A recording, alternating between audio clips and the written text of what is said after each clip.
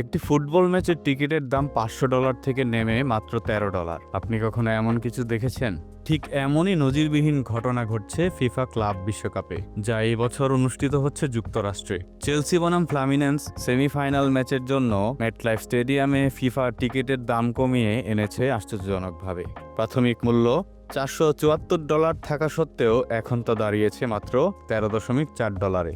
এই দামে তো একটা সিনেমার টিকিটও মেলে না। কারণ বেশ স্পষ্ট, রিয়াল মাদ্রিদের ম্যাচ ছাড়া বাকি ম্যাচগুলোতেও গ্যালারিগুলো থাকে প্রায় ফাঁকা। যেখানে রিয়ালের খেলায় প্রতিবারই উপস্থিত ছিল 60,000-এরও বেশি দর্শক, সেখানে অন্য ম্যাচগুলোতে ছিল দর্শক শূন্যতা ও নিস্তব্ধতায় ভরা। অরল্যান্ডো ও ফিলাডেলফিয়ায় কোয়ার্টার ফাইনালের সময়ও টিকিটের দাম কমিয়ে $11 করা হয়েছিল, কিন্তু এবার যা করা হয়েছে সেটি এ যাবৎকালের সবচেয়ে বড় মূল্য ছাড়।